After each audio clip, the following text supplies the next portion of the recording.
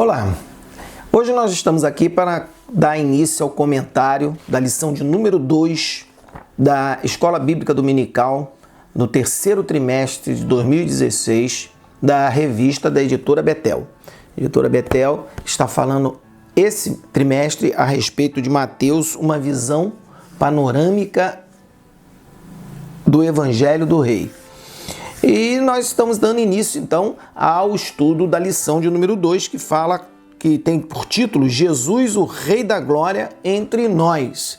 Mas antes de nós começarmos o estudo da nossa lição, nós queremos mostrar para você aqui o livro que está baseado essa lição, no qual está baseada esta lição de Escola Bíblica Dominical e todas as lições dessa revista do terceiro trimestre de 2016.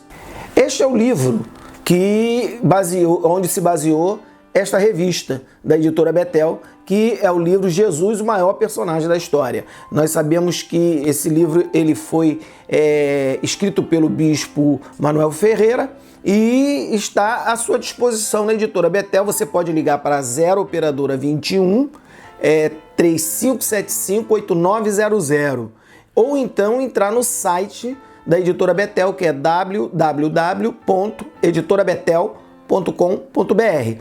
Lá você vai adquirir esse livro que vai te ajudar, né, na montagem da tua aula, vai te ajudar para que você possa estar com mais subsídio para montar a tua aula e ensinando teus alunos. E você que é aluno, mas eu sou só aluno, eu não sou professor, não tem problema. Você pode também adquirir o livro para que você tenha um conhecimento maior acerca dos assuntos da revista e quem sabe até auxiliar o teu professor lá durante a aula, no momento que ele estiver ministrando, não é ok? Então vamos lá, ó. Jesus, o maior personagem da história, de autoria do bispo Manuel Ferreira. Você pode conseguir lá na Editora Betel, 0 operadora 21 3575 8900 ou então no site www.editorabetel.com.br. Bem, nós vamos dar início aqui nessa primeira parte do estudo desta lição, no tópico 1 da lição número 2, falando sobre a genealogia do rei. A maioria dos alunos da IBD sabem o quanto os judeus valorizavam as profecias do Antigo Testamento. Por este motivo, Mateus faz questão de deixar claro a ascendência de Jesus através da apresentação da sua genealogia. Isso era importantíssimo que fosse feito para poder confirmar tudo aquilo que Jesus verdadeiramente era. Então, os judeus, por valorizarem isso, Mateus então já entra no seu primeiro capítulo apresentando a genealogia de Jesus. O tópico 1.1 fala o propósito da genealogia. Então, quando se quer saber a origem de alguém, nós procuramos conhecer o que? A sua genealogia. E embora os gentios da igreja não estivessem interessados neste detalhe, para os judeus, né, isto era extremamente necessário, era importante, eles valorizavam isso. Então Mateus ele faz uso da genealogia justamente para mostrar que Jesus era o Messias das profecias do Antigo Testamento. Então este era o propósito de Mateus, apresentar e confirmar, né? E se não fizesse desse jeito, de mostrar a genealogia, Jesus ele poderia ser visto como um falso Messias e não seria honrado como o verdadeiro Messias. Então, por isso que Mateus vem e apresenta a genealogia de Cristo para que Jesus ficasse verdadeiramente confirmado que Jesus era o Messias da profecia do Antigo Testamento. Então, nós vemos que o texto do Evangelho segundo escreveu Mateus nos deixa claro que muitos estavam dispostos, na verdade, a desacreditarem Jesus. E havia ali o desejo de desacreditar Jesus. Você pode ver que existe um texto lá no capítulo 13, no versículo 55 e 56, que diz assim, ó: não é este o filho do carpinteiro? Ele não se chama a sua mãe Maria e seus filhos, os seus irmãos Tiago, José e Simão e Judas? E não estão entre nós todas as suas irmãs? De onde lhe veio, pois, tudo isto? Então nós vemos aqui que eles sempre procuravam desacreditar Jesus, eles sempre procuravam colocar Jesus como mais um. Jesus para eles não era o Messias prometido. Então olha só como a genealogia se faz importante aqui nesta colocação e nesse contexto do ministério de Jesus. Nós sabemos, irmãos, que ao escrever o seu livro, Marcos ele não apresentou nenhuma genealogia. Por quê? Porque o livro de Marcos, ele tinha como objetivo falar para um povo gentil. Marcos escreveu para os romanos. Então ele não tinha por que se preocupar com isso. Então o fato dele ter escrito para os romanos, ele não teve a preocupação de colocar a genealogia. Já Lucas, no capítulo 3, ele já apresenta a genealogia e já faz menção da origem de Jesus. Por quê? Porque Lucas escreveu para o povo grego e para judeus que tinham como a língua principal na época o grego. Então, esse fato fez com que Lucas fizesse menção da genealogia de Jesus. Por quê? Porque esses judeus que Lucas buscava alcançar, eles tinham como predominante a língua grega. Então, ele foi apresentado de uma forma diferente. Lucas apresenta Jesus de uma forma diferente. E apresentando Jesus de uma forma diferente, então ele entra com a genealogia de Cristo também, já no capítulo 3 do livro, que é o Evangelho segundo escreveu Lucas. A importância dada pelos judeus para a genealogia, irmãos, ela fica clara no desprezo que é dado a Herodes. Herodes, ele não era judeu, ele era de origem idumeia, ou seja, ele era descendente de Esaú, não é verdade? Esaú, irmão de Jacó, ele era edomita, o idumeu é o edomita, o mesmo edomita que a gente vê lá no Antigo Testamento. Então Herodes, ele era desprezado pelos judeus, porque ele não era um rei judeu, né? Ele era um rei que era de outro povo, era primo, mas não era o povo judeu. Não havia sobre ele a profecia que ele deveria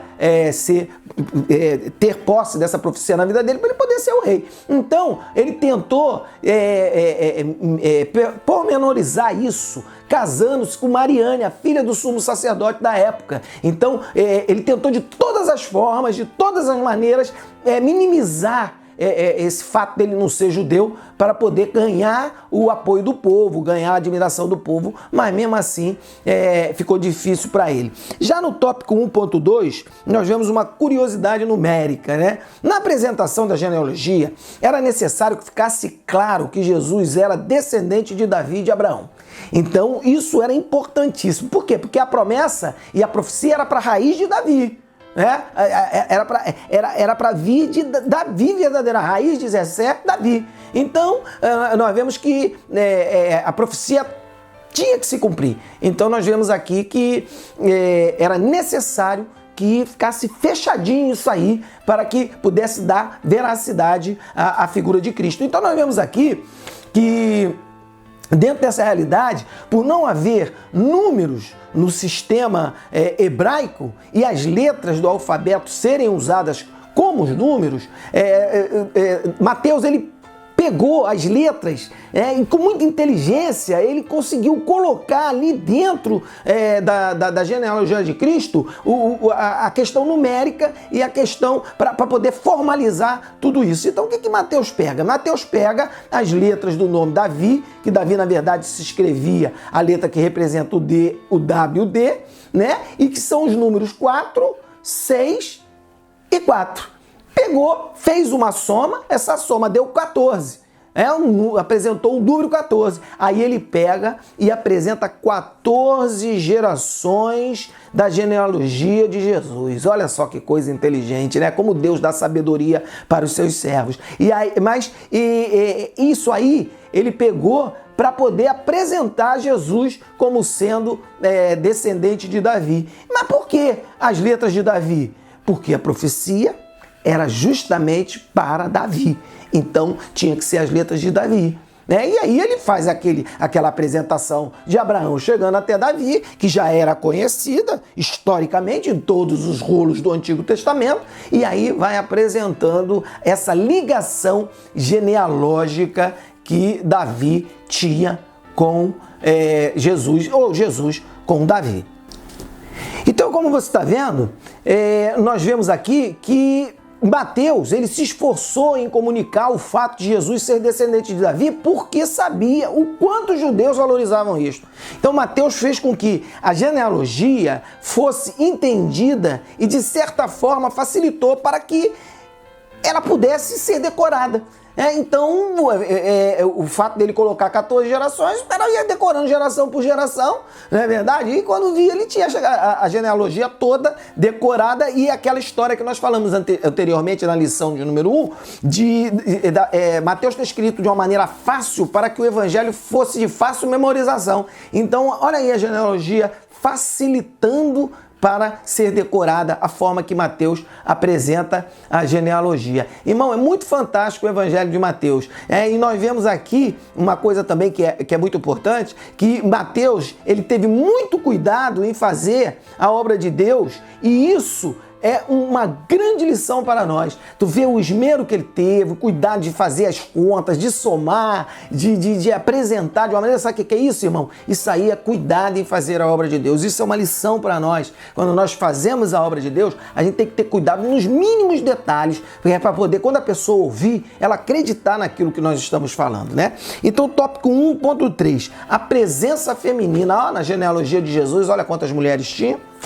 Vamos lá. Então, nós vemos aqui que tem a presença feminina na genealogia de Jesus. Então, nós vemos que não era comum, isso é uma coisa que é fato, não era comum ver-se nomes de mulheres citados em genealogias. Mesmo assim, é possível que muitas mulheres importantes, verdadeiras matriarcas do Antigo Testamento, fossem citados seus nomes nos cultos, na sinagoga, nas reuniões de família, quando se falava acerca se contava a história. Enfim, com certeza, muitas eram citadas ali, né? Mas não era comum. Por quê? Porque a mulher naquela época, meus irmãos, ela era vista apenas como um objeto, né? Um objeto do homem.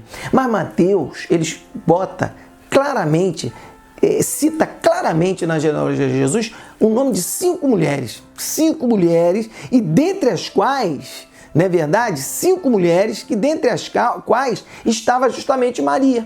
Maria estava ali entre essas 5, que era a mãe de Jesus, a mãe do Salvador. E aí, dentre essas mulheres, haviam algumas que tinham o quê? Um passado duvidoso, não é verdade? Uma conduta discutível, não é verdade? Nós vemos o caso de Tamar, que seduziu o sogro, não é verdade? É um caso que verdadeiramente bem conhecido lá do livro do Gênesis. Nós vemos o caso de Raabe, que tinha sido uma meretriz em Jericó, e ele é falada, ela é citada na genealogia de Jesus, né? E falou ainda de uma que não era judia, uma gentia, uma moabita, Ruth, que teve uma importância. Por quê? Porque, na verdade, Ruth ela foi bisavó de Davi. Olha só.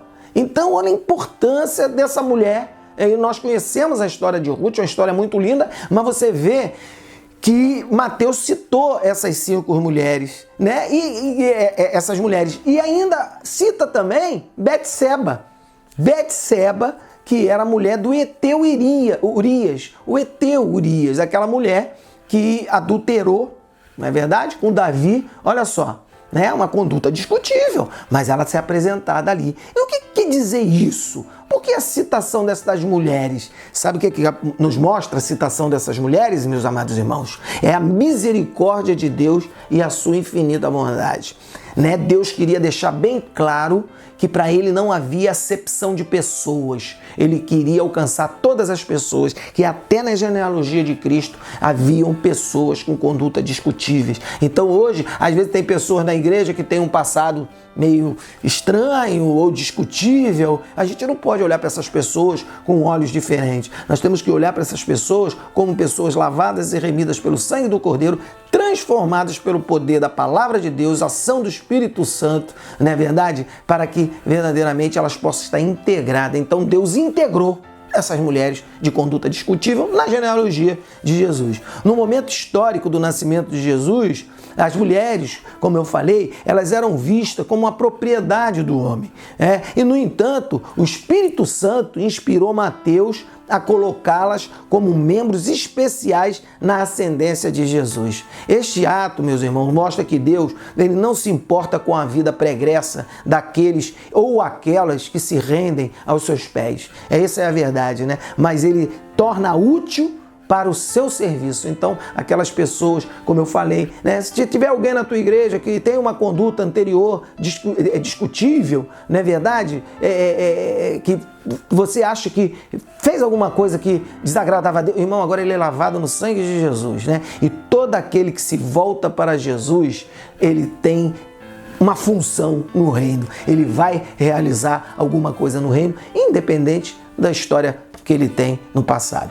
Amém? Então é isso aí. Estamos terminando o primeiro vídeo, não é verdade? Você, se gostar desse vídeo, você curte esse vídeo, você compartilha esse vídeo, fala do Evangelho Claro lá na sua igreja, e a Editora Betel é nossa parceira nesses vídeos. Você pode entrar no site da Betel, tem um catálogo fantástico lá com todo o material que a Betel produz, e você fazendo uso, comprando esse material, a Bíblia do Culto, o Semeador, as revistas, os livros da Editora Betel, você vai estar cooperando para que esses vídeos continuem sendo veiculados aqui no Evangelho Claro, ok? O Evangelho como Jesus nos ensinou. Tenha um dia de paz em Cristo.